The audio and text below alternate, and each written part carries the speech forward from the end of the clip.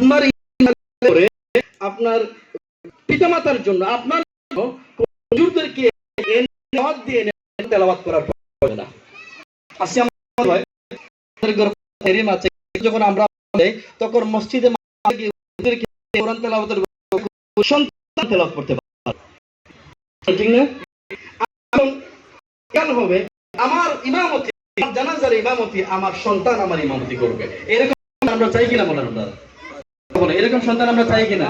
তাহলে যদি এইরকম সন্তান আমার ইন্তেকালের পরে আমার সন্তান ইমামতি সৌভাগ্য করতে পারে, আপনি এমন তৈরি করবেন আপনার সামনে, আপনার সন্তানের সামনে 1 কোটি টাকা অবকাশ থাকলেও 1 কোটি টাকা স্পর্শ করবে।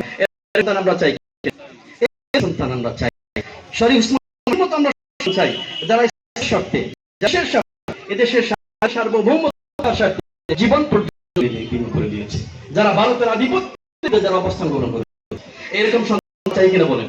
তাহলে এইরকম সন্তান উপহার দেবে এই মাদ্রাসা শিক্ষা ইনস্টিটিউট ইনশাআল্লাহ তাআলা, যেখানে একটু আগেই শুরুতেই একটা কোচি শিক্ষার্থী রব্বানা আতিনা ফিদ দুনিয়া হাসানাহ ওয়া ফিল আখিরাতি